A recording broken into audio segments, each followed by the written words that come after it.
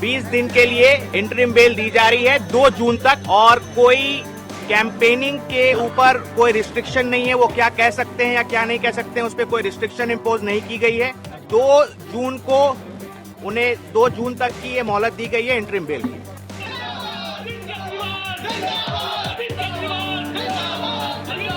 We welcome the intervention by the Honorable Supreme Court in granting the bail to Mr. Arvind Kejriwal.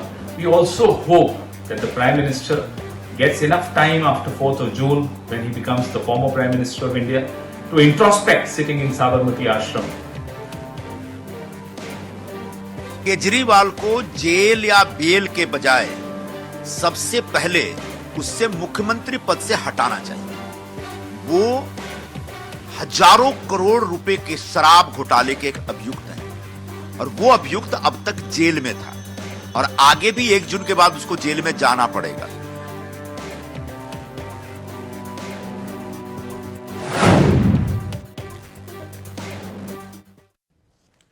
तो बीच चुनाव हो गया खेल और अरविंद केजरीवाल को मिल गई बेल। जी हां, सुप्रीम कोर्ट का फैसला आया अरविंद केजरीवाल और आम आदमी पार्टी के लिए खुशी लेकर आया, और वो खुशी ये है कि अरविंद केजरीवाल को अंतरिम जमानत मिल गई। फिलहाल ये खुशी 1 जून तक की है। 1 जून तक अरविंद केजरीवाल अब आम आदमी पार्टी के लिए जोरों शोरों से प्रचार कर पाएंगे, आम आदमी पार्टी के प्रत्याशियों के लिए वोट मांग पाएंगे, और जिस इंडिया गठबंधन के मंच पर अभी तक उनकी गैर मौजूदगी होती थी, अब वो मौजूदगी में बदल जाएगी। तो ऐसे में राजनीति गर्म हो गई है, और वो इसलिए क्योंकि आम आदमी पार्टी इसे अपनी जीत बता रही है। तो बीजेपी कह रही है कि ज्यादा खुशी मत मनाइए, सिर्फ 1 जून तक के लिए ही आप बाहर हैं।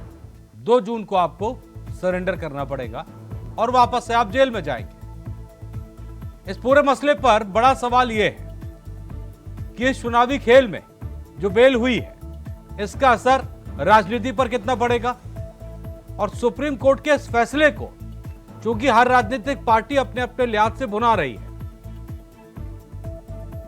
तो बड़ा सवाल यह है कि आखिरकार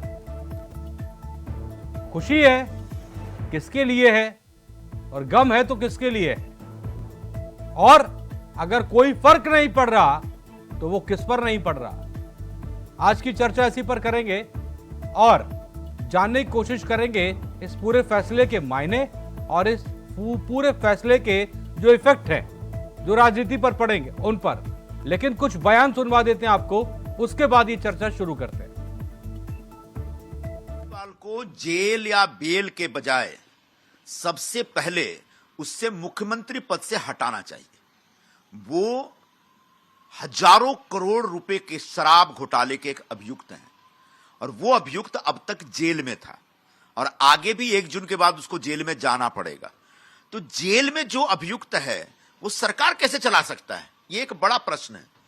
सवाल संवैधानिक प्रावधानों का नहीं है, सवाल नैतिकता का है। केजरीवाल स्वयं कहा करते थे कि किसी भी नेता पर कोई आरोप लगे तो उसको तत्काल अपने पद से इस्तीफा दे देना चाहिए, लेकिन जब केजरीवाल पे शराब घोटाले का आरोप लगा तो वो इतना बेशर्म आदमी है कि उसने अभी तक अपना पद नहीं छोड़ा है। तो ऐसे पद लोलुप केजरीवाल के बारे में मेरा यह कहना है कि उसकी पार्टी के लोग, देश के लोग, दिल्ली के लोग सबसे पहले उससे ये कहें कि वो मुख्यमंत्री का पद छोड़े, और शांति से जो आरोप लगे हैं उन आरोपों के बारे में कानूनी कार्रवाई तक इंतजार करे। We welcome the intervention by the Honorable Supreme Court in granting the bail to Mr. Arvind Kejriwal. We also hope that the Prime Minister gets enough time after 4th of June, when he becomes the former Prime Minister of India, to introspect sitting in Sabarmati Ashram at the kind of politics he has indulged into. We hope that the former Chief Minister of Jharkhand, Mr. Hemant Soren, also gets due justice. 20 दिन के लिए interim bell दी जा रही है 2 जून तक, और कोई campaigning के ऊपर कोई रिस्ट्रिक्शन नहीं है। वो क्या कह सकते हैं या क्या नहीं कह सकते हैं, उस पर कोई रिस्ट्रिक्शन इम्पोज नहीं की गई है। जबकि जब ऑर्डर भी प्रोनाउंस किया जा रहा था तब भी ईडी ने रिक्वेस्ट किया कि कोई रिस्ट्रिक्शन डाली जाए, लेकिन कोई रिस्ट्रिक्शन नहीं दी गई है। और 2 जून को उन्हें 2 जून तक की ये मोहलत दी गई है इंटरिम बेल की। 20 दिन के लिए इंटरिम बेल दी जा रही है 2 जून तक, और कोई कैंपेनिंग के ऊपर कोई रिस्ट्रिक्शन नहीं है, वो क्या कह सकते हैं या क्या नहीं कह सकते हैं उस पर कोई रिस्ट्रिक्शन इम्पोज नहीं की गई है। जबकि जब ऑर्डर भी प्रोनाउंस किया जा रहा था तब भी ईडी ने रिक्वेस्ट किया कि कोई रिस्ट्रिक्शन डाली जाए, लेकिन कोई रिस्ट्रिक्शन नहीं दी गई है, और 2 जून को उन्हें 2 जून तक की ये मोहलत दी गई है इंटरिम बेल की। तो सवाल था जेल या बेल। 2 दिन पहले जब बेंच उठ गई तो बेल, और अब फिलहाल इस बेल को आगे बढ़ाते हुए अब ये अंतरिम जमानत हो गई है 1 जून तक की। इसी पर खास चर्चा करेंगे और वक्त को जाया ना करते हुए अपने खास मेहमानों से आपको मिलवा देते हैं। हमारे साथ रतन तिवारी हैं, कांग्रेस की युवा आवाज है, आपका बहुत बहुत स्वागत है रतन तिवारी जी। चंद्रभूषण सिंह हैं, बीजेपी से, आपका बहुत बहुत स्वागत है चंद्रभूषण जी। नीरज राय हैं, राजनीतिक विश्लेषक हैं, आपका ही बहुत बहुत स्वागत है। और रमन सिंह आजाद हैं, आम आदमी पार्टी के नेता, आपका बहुत बहुत स्वागत है रमन आजाद जी। तो रमन जी मुबारक हो भाई, आपकी कामना जो थी वो लंबे समय से आखिरकार पूरी हो गई, और फिलहाल तो ये है कि अब अरविंद केजरीवाल बाहर आ रहे हैं। जी बहुत बहुत नमस्कार आपको। सिर्फ आम आदमी पार्टी नहीं, दिल्ली की जनता भी बड़ी बेसब्री से इंतजार कर रही थी कि उनके चुने हुए मुख्यमंत्री कब जेल से बाहर आए। इस देश की जनता को आज न्याय प्रणाली पे और भरोसा मजबूत हुआ है। देखिए, अरविंद केजरीवाल जी के बाहर आने से निश्चित रूप से आम आदमी पार्टी को और इंडिया गठबंधन को, दोनों को फायदा होगा। अब दिल्ली और पंजाब की 20 सीटों पर, 7 दिल्ली की और 13 पंजाब की 20 सीटों पर जीत हासिल करना भाजपा के लिए एक तरह से अब सपना हो जाएगा। अच्छा, अरविंद जी के बाहर आते ही इन सीटों पर, चूंकि माननीय सुप्रीम कोर्ट ने चुनाव प्रचार के लिए किसी भी तरह का कोई प्रतिबंध नहीं लगाया है, जो अभी तक जो निर्णय में जो ओरली आया है उसमें किसी भी तरह का कोई प्रतिबंध, जो चाहे बोल सकते हैं, जहां चाहे जा सकते हैं, चुनाव प्रचार करना चाहें, ऑफिस जाना चाहें, जो कुछ भी प्रशासनिक कार्यों को निष्पादित करना चाहें, किसी भी तरह का कोई प्रतिबंध नहीं लगाया है। तो संभवतः है आज शाम तक ये इंडिया गठबंधन को तो फायदा होगा ही, दिल्ली में भी फायदा होगा, पंजाब में भी फायदा होगा। दिल्ली की जनता के लिए सर कुछ बोल दीजिए, उनको भी कुछ इंतजार होगा जैसा कि आप कह रहे हैं। जी जी बिल्कुल बिल्कुल। देखिए, दिल्ली की जनता ने 3 बार अरविंद जी को मुख्यमंत्री चुना, वो तीसरी बार अपने पद पर हैं, और छोटे बहुमत से नहीं, उस प्रचंड बहुमत से चुना कि जिस प्रचंड बहुमत से आज तक कोई भी सरकार नहीं चुनी गई। 70 में से 67 सीटें, 70 में से 62 सीटें, और ये उस समय था जब ये भाजपा अपने चरम पर थी, जब भाजपा को ये पूरे देश में ये था कि इनको कोई नहीं हरा सकता। अजय जिस समय बोला जा रहा था, उस समय अरविंद केजरीवाल और आम आदमी पार्टी ने दिल्ली में इनको इतनी बुरी तरह से हराया। ये उसी का जो ये आरोप है, ये जेल है, ये ईडी की भ्रामक जो कार्रवाइयां हैं, ये सब उसी हार की बौखलाहट का नतीजा है। हाँ। इस पूरे 1 जून वाला सिस्टम और समझा दीजिए कि सर 1 जून फिर 2 जून को क्या, मतलब एक बार समझा दीजिए तो फिर आगे चर्चा शुरू करें। नहीं, देखिए, अंतरिम जमानत है 1 जून तक के लिए है, लेकिन ये एक आधार बनेगा आगे पूर्ण जमानत के लिए, इस केस के लिए। तो बिल्कुल, जितना मुझे जानकारी है ये मतलब जो अंतरिम जमानत है, इस बीच अरविंद केजरीवाल जो बाहर रहते हैं और उनकी जो कार्य प्रणाली होती है, हालांकि जैसा कि आप बता रहे हैं, हालांकि और भी जो वकील भी बोल रहे थे वो भी कह रहे थे कि इसमें कोई शर्त नहीं है, अरविंद केजरीवाल पूरी तरह से आज़ाद है। जो शर्तें संजय सिंह पर लगाई गई थी, जिस तरह से किस केस से जुड़े हुए किसी वाक्य मुद्दे पर नहीं बोलना है, हालांकि उन्होंने तो जमकर उसकी धज्जियां उड़ाई, कर वो बात अलग है।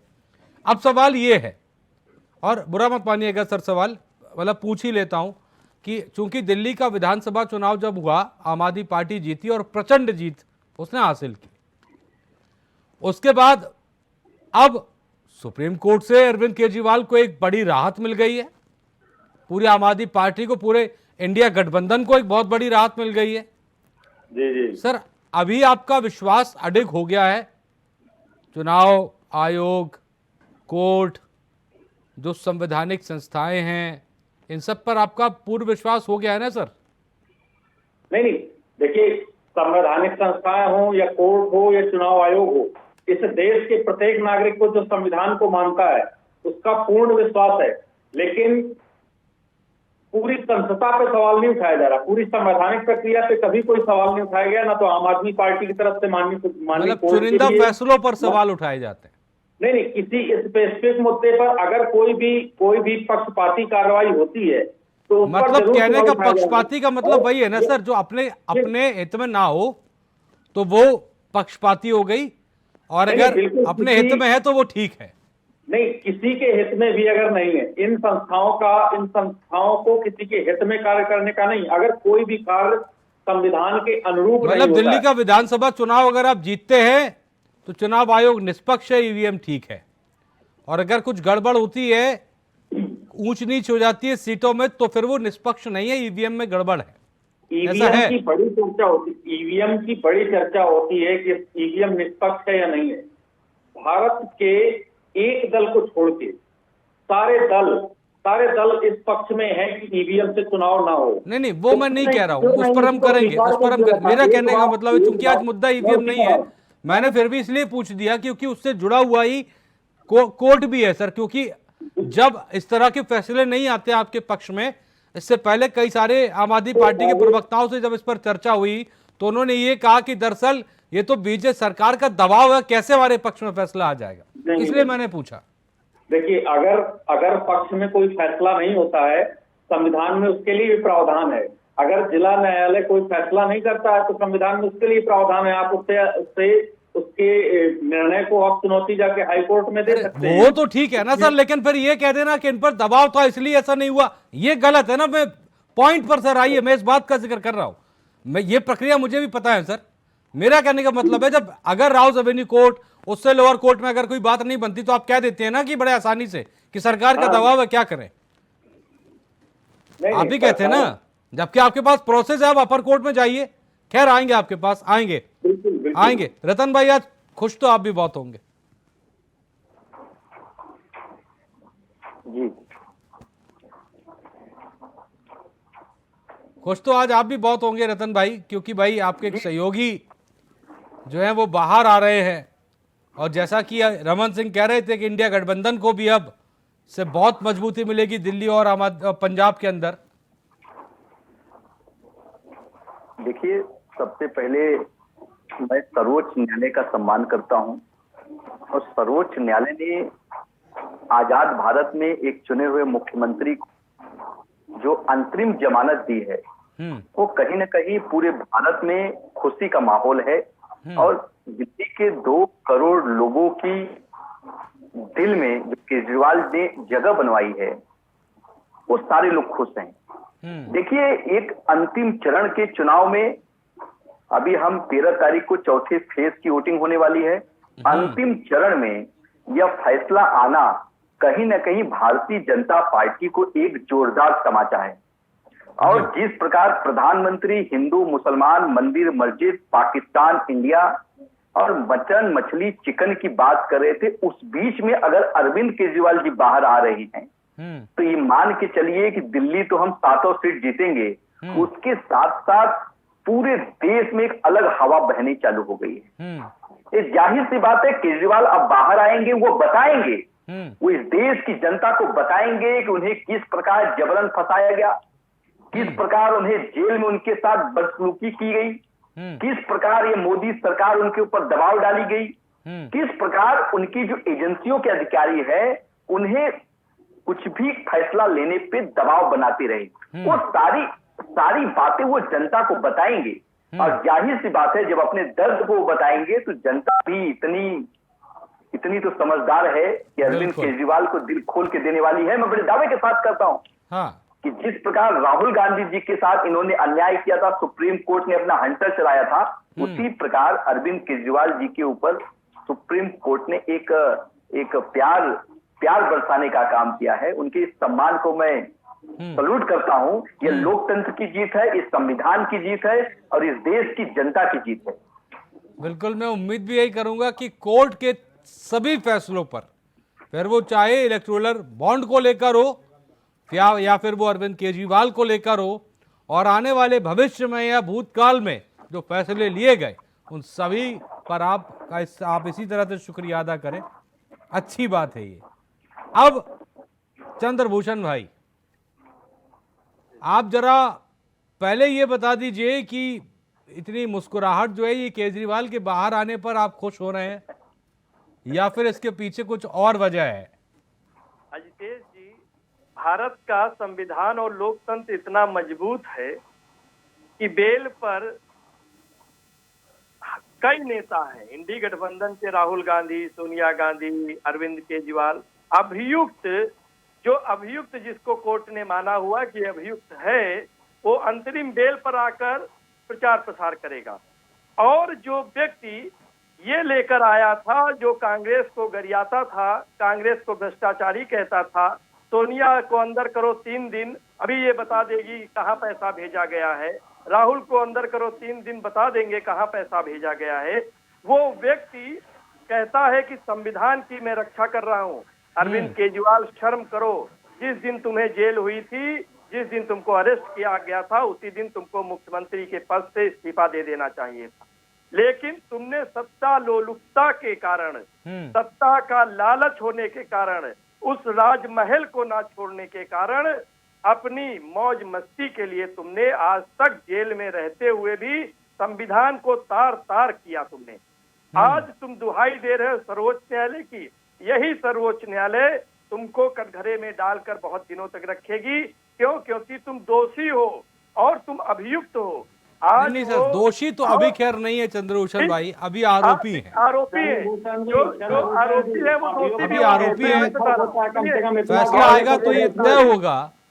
और चूंकि चंद्रभूषण भाई, रही बात इस बात की, आ रहा हूँ रतन जी, 1 सेकंड में आ रहा हूँ, 1 सेकंड में आ रहा हूँ। हाँ, रही बात इस बात की कि राजनीति में ये कांग्रेस पर आरोप लगाते थे, कांग्रेस इन पर लगाती थी, तो इतना तो सर मैं समझ गया हूं कि राजनीति में कोई किसी का शत्रु या मित्र नहीं होता है, और ये बात भारतीय जनता पार्टी से ज्यादा कोई समझ नहीं सकता। अजितेश जी, जो व्यक्ति आंदोलन से निकली हुई पार्टी थी, जिसने अन्ना आंदोलन को बताया, अन्ना हजारे को, और बड़ी बड़ी बातें करते थे कि मैं, यदि मेरे ऊपर आरोप लगा देंगे, मनीष के ऊपर आरोप लगा देंगे तो मैं मनीष को अंदर करवा दूंगा, अपने को अंदर करवा दूंगा।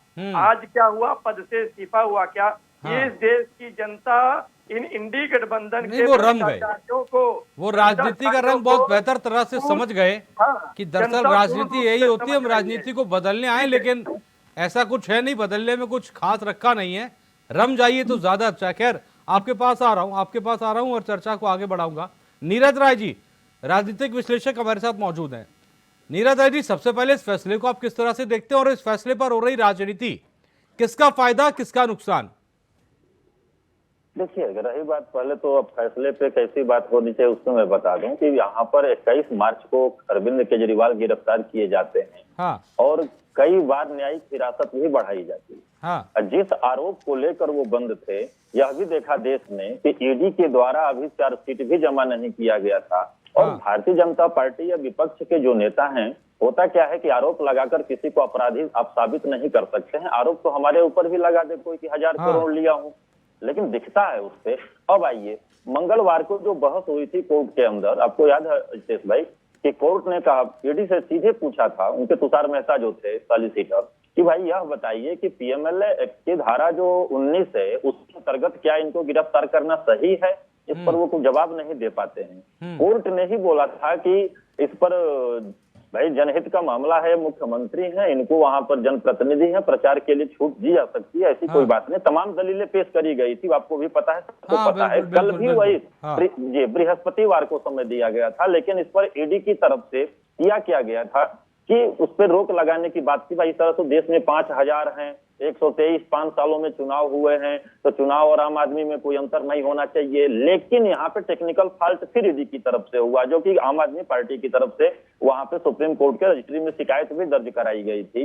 वो रजिस्ट्री है कि इन लोगों ने कल जो फाइल करी थी, तो कोर्ट ने जो भी निर्णय लिया है, यह पक्ष विपक्ष को ध्यान में रखकर नहीं लिया है कि विपक्ष आरोप लगाता है तो अब आरोप लगाए कि नहीं लगाए, इसलिए लिया है कि तथ्यों की कमी थी और वहां पर छूट देना चाहिए था, इसलिए कोर्ट ने दे दिया है चुनाव तक के लिए।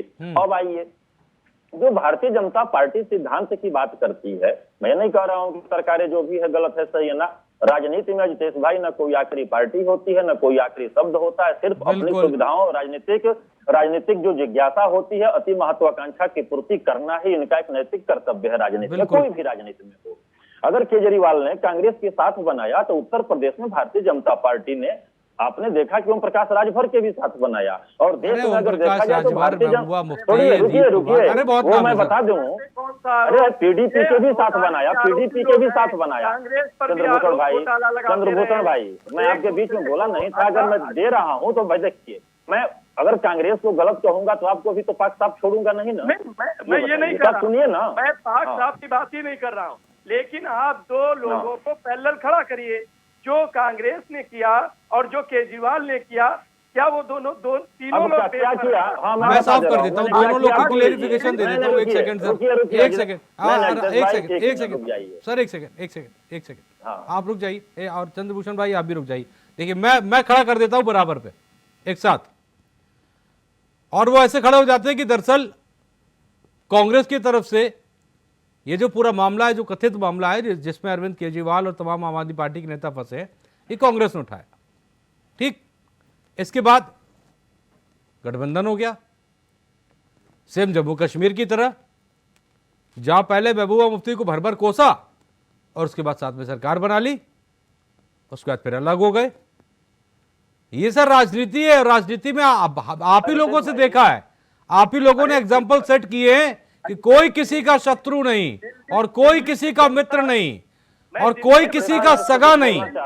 अरविंद केजरीवाल पर कांग्रेस ने भाई मैं कुछ बोलना चाह रहा हूँ, और वो करवाई, ये चाह रहा था मैं बोलना ये चाह रहा था कि भारतीय जनता पार्टी के द्वारा जो कांग्रेस पे और अरविंद केजरीवाल पे आरोप लगाए जाते हैं, जाहिर सी बात है कि दोनों राष्ट्रीय पार्टियां हैं, लेकिन भारतीय जनता पार्टी की जवाबदेही ये बनती है कि आपने कांग्रेस के अंदर बैठे हुए जिन नेताओं के ऊपर आरोप लगाया, उसमें से एक नेता हेमंत बिस्व शर्मा को पारितोषिक के तौर पर आप असम का मुख्यमंत्री तो अशोक चौहान को आप क्या राज्यसभा सांसद भेजते हैं? मतलब ये नैतिकता का सिर्फ सिंगल दृष्टिकोण कैसे काम चलेगा? या आपके पास कोई तथ्य है, आरोप है तो कांग्रेस, देखिए मैं नहीं अब उठ जाइए, नहीं मेरे पास कोई तथ्य नहीं है। अजितेश भाई थोड़ा सा चुप कराइए, मैं सही लॉजिक वाली बात बोल दूं। मेरे पास कोई तथ्य नहीं है, लेकिन प्रधानमंत्री जी से मैं बहुत छोटा हूँ, प्रधानमंत्री जी से बहुत छोटा हूँ। आरोप प्रधानमंत्री जी ने लगाए थे, नीरज राय ने नहीं लगाया था। चंद्रभूषण भाई, यहाँ पर आरोप प्रधानमंत्री ने लगाया था। इस पर जाएंगे तो बहुत लंबी बहस छिड़ जाएगी। नीरज राय जी, चंद्रभूषण भाई, इस पर जाएंगे तो बहुत लंबी बहस छिड़ जाएगी, इससे कोई मतलब नहीं। ये तो देखिए, इसके लिए तो फिर पूरा दिन कम पड़ जाएगा कि पूरे दिन हम गिनाते रहे, वो गिनाए फिर आप गिनाए। रतन भाई मानते हैं ना, इसको लेकर तो बहुत लंबा है। देखिए, आज राजनीति, मैं तो इतना समझ गया हूं कि राजनीति में जरूरत के हिसाब से इस्तेमाल होता है। देखिए, अखिलेश यादव मध्य प्रदेश में कहते थे कांग्रेस को वोट मत देना, यहाँ साथ में मांग रहे हैं, ठीक है। इसके अलावा यही आम आदमी पार्टी सरकार में आने से पहले, अब तो बेचारी वो इस दुनिया में है नहीं, लेकिन उनको, उनके नाम को लेकर किस तरह से कहते थे कि उनको जेल भेजेंगे, यही कहते थे। अजय माकन आम आदमी पार्टी की शिकायत कर रहे थे, बीजेपी अजीत पवार को चक्की पीसिंग कर रही थी। कितने सर, अरे सर भरी पड़ी है लिस्ट, हर तरफ से है सर। ये तो राजनीति है, और राजनीति में शुचिता की बात तो कोई करो ही मत, और यहां तो बिल्कुल मत करो भाई। जो लोग जिसका नाम, यहाँ बात करो मुद्दे की सर। स्वतंत्र संस्थाएं हैं, ईडी है, सीबीआई है, सुप्रीम कोर्ट है, आप जाके अपील डालिए, आप अपील करिए कि भाई साहब ये बहुत बड़ा करप्ट आदमी है, इस पार्टी में है, इसके खिलाफ एक्शन होना चाहिए। अरे मैं तो ये पूछ रहा हूँ ना चंद्रभूषण भाई, एक चीज का जवाब दे दीजिए, चलिए आप ही दे दीजिए, फिर मैं इनसे भी पूछ लूंगा। बोलिए। 2014 के पहले इन्हीं की सरकार में कहा जाता था, कोर्ट की टिप्पणी थी, सुप्रीम कोर्ट कह रहा था ना कि दरअसल सीबीआई तो तोता है, पिंजड़े में बंद है, कहता था ना, कहता था। और अब देखने को नहीं मिलता है, अब देखने को नहीं। आप बता दीजिए, बीजेपी शासित राज्य एक नाम बता दीजिए जहां पर ईडी कार्रवाई कर रही हो। अब झारखंड में कितना पैसा निकल रहा है? 250 करोड़। झारखंड में आपकी सरकार नहीं है ना, इसलिए निकल रहा है। अरे रतन भाई, अब अपनी बात पूरी करें। आपकी पैसा यहाँ पर है, इस तरह से है। आप तो देश की स्वतंत्र एजेंसियों पर विश्वास है, संविधान पर विश्वास है, सभी चीजें संविधान से चलती हैं। हालांकि अभी कल को अगर भविष्य में कभी जब भी देखिए राजनीति किसने देखी है, कभी इनकी सरकार आ जाएगी तो ये भी कहेंगे कि नहीं सब सच है, सब एजेंसियां बेहतर काम करती हैं, ये तो होता ही है। रतन जी बात पूरी करें। मुद्दा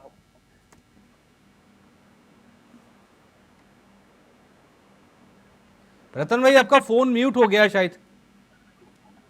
जितेश भाई, हाँ जी, वही नेताओं को टारगेट किया जाता है जो प्रधानमंत्री और भारतीय जनता पार्टी के खिलाफ बोलते हैं। लेकिन अगर वो व्यक्ति ईडी सीबीआई की जांच होने दो या बड़े से बड़ा भ्रष्टाचारी होने दो, अगर वो झोला उठा के भारतीय जनता पार्टी के कार्यालय में जाके बैठ जाता है तो सारी की सारी एजेंसियां अपने आंख को बंद करके, मुंह को बंद करके और प्रधानमंत्री फूल का गुलदस्ता लेके उनके पास पहुंच जाते हैं। नीरज राय भाई ने सही कहा, वो आरोप नीरज राय ने नहीं लगाया था, वो आरोप स्वयं प्रधानमंत्री नरेंद्र मोदी लगा रहे थे, चाहे अजीत पवार हो, चाहे नारायण राणे हो, चाहे प्रताप सरनाईक हो, भावना गवली हो, प्रफुल्ल पटेल हो, छगन भुजबल हो, धनंजय मुंडे हो, तमाम ऐसे लोग हैं जो भारतीय जनता पार्टी झारखंड में रतन भाई अगर आलमगीर आलम जो मंत्री हैं, कांग्रेस के मंत्री हैं, उनके ओएसडी के स्टाफ के अगर 35 करोड़ पकड़ा जाता है तो वो थोड़ी ना प्रधानमंत्री को कोस रहा था, इसलिए कार्रवाई। वही तो कह रहा हूं कि अगर वही व्यक्ति अगर वो चले जाए भारतीय जनता पार्टी में, यही भारतीय जनता पार्टी के ओएसडी के स्टाफ के सर 35 करोड़ रुपए निकल रहा है। मैं तो कल पूछ रहा था, मैं तो कल पूछ भी रहा था, मैं तो कल झारखंड वाले नेताओं से पूछ भी रहा था कि अगर चलिए इन्होंने कार्रवाई कर दी, आप कर देते अपनी एंटी करप्शन ब्यूरो से तो ज्यादा चीजें बेटर हो जाती। मैं वही तो कह रहा हूं ना कि जहां पे भारतीय जनता पार्टी की सरकार है वहां पे कार्रवाई क्यों नहीं हो रही है, वहां पे रमन सिंह काम क्यों नहीं कर रही। हाँ, रमन जी के पास आऊंगा, पहला सवाल लिया था। रमन सिंह जी, अब इस पूरी प्रक्रिया के बाद हम आपसे ये समझना चाहते हैं कि इस बीच कितनी कोशिश ये होगी कि दरअसल चूंकि अब समय कम है अभी फिलहाल बाहर रहने का, क्योंकि अभी अंतरिम बेल है, कल को आप बेल के लिए फिर अप्लाई करेंगे और हो सकता है मंजूर हो जाए। मेरा कहने का मतलब ये कि अब समय कम है, टारगेट कहाँ, दिल्ली, पंजाब और जी देखिए, प्रधानमंत्री नरेंद्र मोदी जी के द्वारा 2 चरणों के चुनाव के बाद जिस तरह से हिंदू, मुस्लिम, पाकिस्तान, कभी मछली पे, कभी परिवार पे, जिस तरह से सब औचित्यहीन मुद्दों पर चुनाव को ले जाने की जो कुत्सित प्रयास किया जा रहा है, उसमें अरविंद जी के आने से एक परिवर्तन होगा। अरविंद जी की जो पहचान है वो शिक्षा, स्वास्थ्य, बिजली, पानी, स्कूल, अस्पताल, रोजगार, इन मुद्दों पर राजनीति की है। जो आम आदमी पार्टी की दिल्ली सरकार की पहचान है वो स्कूल के नाम पर है, वो स्वास्थ्य मॉडल के नाम पर है, वो रोजगार के मॉडल के नाम पर है, वो मूल मुद्दे जो हैं वो बिजली, पानी हो। हालांकि राजनीति में इतना अच्छा चलन रमन जी हो चुका है, इतना अच्छा चलन हो चुका है। रमन भाई आप भी सुनिएगा, मैं जो बता रहा हूं कि दरअसल राजनीति में पहले कहा जाता था, चंद्रभूषण भाई सुनिएगा, आपको भी मजा आएगा सुनकर, कि देखिए जैसे भारतीय जनता पार्टी और कांग्रेस 2 पार्टियां हैं, मैंने तो अभी तक नहीं देखा कि ये 2 पार्टी साथ में मिलकर चुनाव लड़ रही हूं। समझ रहे हैं मेरी बात? अभी तक नहीं देखा। क्यों भाई? विचारधारा अलग अलग है और दोनों अपने आप को बड़ा मानते हैं, लेकिन जब बिहार में लालू प्रसाद और नीतीश साथ आ जाते हैं, वो भी देखिए वहां की लिहाज से अगर देखें तो बीजेपी और कांग्रेस ही हुआ करते थे। उत्तर प्रदेश में अखिलेश यादव और मायावती अगर साथ आ सकते हैं तो वो भी वहां के लिए उत्तर बीजेपी और कांग्रेस हो सकते थे। और दिल्ली में आम आदमी पार्टी और कांग्रेस अगर साथ आ जाए तो वो भी वहां पे जिस तरह से राजनीति की शुरुआत हुई और जिसको टारगेट करके हुई वो बीजेपी और कांग्रेस ही थे, उसी लिहाज से।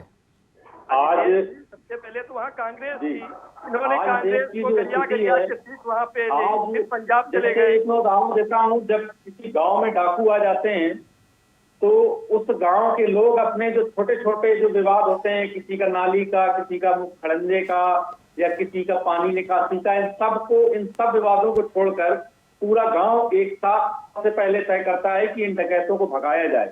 तो आज भारतीय जनता पार्टी जो देश के लोकतंत्र पर और सर कहावत और कही जाती है, हालांकि वो राजनीति में नहीं है, लेकिन दुश्मन का दुश्मन दोस्त, ये भी कही जाती है।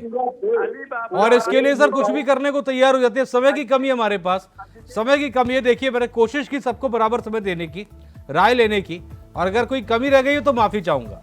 आप सभी लोगों का बहुत बहुत शुक्रिया। चंद्रभूषण भाई शुक्रिया, रतन भाई आपका बहुत बहुत शुक्रिया, रमन जी आपका बहुत बहुत शुक्रिया और नीरज राय आपका भी बहुत बहुत शुक्रिया हमारे साथ खास चर्चा में जुड़ने के लिए। तो बीच चुनाव हो गया खेल और केजरीवाल को अब मिल गई बेल। अब देखना है होते हैं कौन कौन से खेल।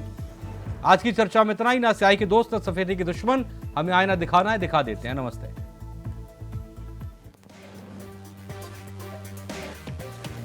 20 दिन के लिए इंटरिम बेल दी जा रही है 2 जून तक, और कोई कैंपेनिंग के ऊपर कोई रिस्ट्रिक्शन नहीं है। वो क्या कह सकते हैं या क्या नहीं कह सकते हैं उस पर कोई रिस्ट्रिक्शन इंपोज नहीं की गई है।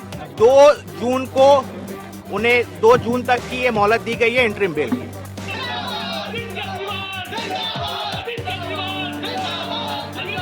We welcome the intervention by the Honorable Supreme Court in granting the bail to Mr. Arvind Kejriwal. We also hope that the Prime Minister gets enough time after 4th of June, when he becomes the former Prime Minister of India, to introspect sitting in Sabarmati Ashram